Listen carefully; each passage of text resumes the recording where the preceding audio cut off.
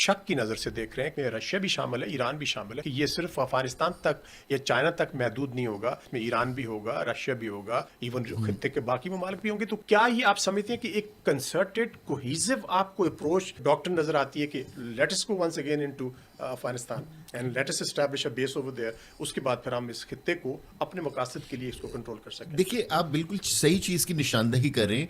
सिर्फ चाइना ही बगराम से अफेक्ट नहीं होता, हाँ, रशिया, हमने ताजिकिस्तान, जी हाँ, जी। ईरान, पाकिस्तान, इंडिया, अरेबियन सी रेयर अर्थ मिनरल्स अफगानिस्तान से निकलते हैं और जाते हैं, उन रूट्स को कंट्रोल करना, ये सारी चीजें इंपॉर्टेंट हैं। इस इलाके के अंदर जितने ममालिक हैं अपने आप को इकोनॉमिकली स्टेबलाइज करने की कोशिश कर रहे हैं। फॉरेन पावर की मिलिट्री प्रेजेंस इस इलाके के अंदर, इसका मतलब है कि कभी ना कभी कोई ना कोई मिलिट्री स्कफल होगी, और जब भी वो होगी तो इकोनॉमी जो है इन कंट्रीज की इफेक्ट होगी। तो अगर आप अमेरिका के पॉइंट ऑफ व्यू से देखें तो बगराम वापस लेना बिल्कुल लॉजिकल बात लगती है। उनके लिए तो जो प्लेइंग बोर्ड है वो तो पूरी दुनिया है अमेरिकन के लिए, खासतौर पे अब आजकल आप कहेंगे गल्फ में, मिडल ईस्ट में और सेंट्रल एशिया में उनका जो इन्फ्लुएंस है, जो ऑलमोस्ट एक सदी के बराबर है इस इलाके में, वो अब वेन कर रहा है या आप कहेंगे कमजोर हो रहा है। तो इस इलाके के मुमालिक हैं, उनके इंटरेस्ट तब्दील हो गए हैं।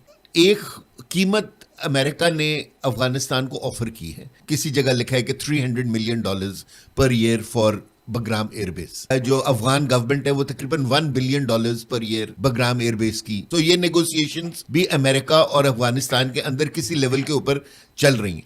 अगर हम इस खबर को सही मान लें तो चाइना को अफगानिस्तान को $1 बिलियन पर ईयर से ज्यादा का इकोनॉमिक बेनिफिट देना होगा ताकि वो अमेरिकन की साइड पे ना जाए और चाइना की साइड और रशिया की साइड पर आ जाए। बगराम का मतलब यह है चाइना वल्नरेबल हो जाएगा, उसकी न्यूक्लियर साइट्स वल्नरेबल हो जाएंगी। यूक्रेन की जंग ही इस बात के ऊपर हो रही है कि जी के रशिया कह रहा था कि जी के हमें नेटो फोर्सेस अपने बॉर्डर के ऊपर नहीं चाहिए। सो ईरान भी परेशान है क्योंकि उसने चाबहार बनाई है, उसने वो रोड बनाई है जो चाबहार से अफगानिस्तान और अफगानिस्तान के थ्रू सेंट्रल एशिया जा रही है। तो इस पूरे इलाके में एक इकोनॉमिक वॉर शुरू होने जा रही है।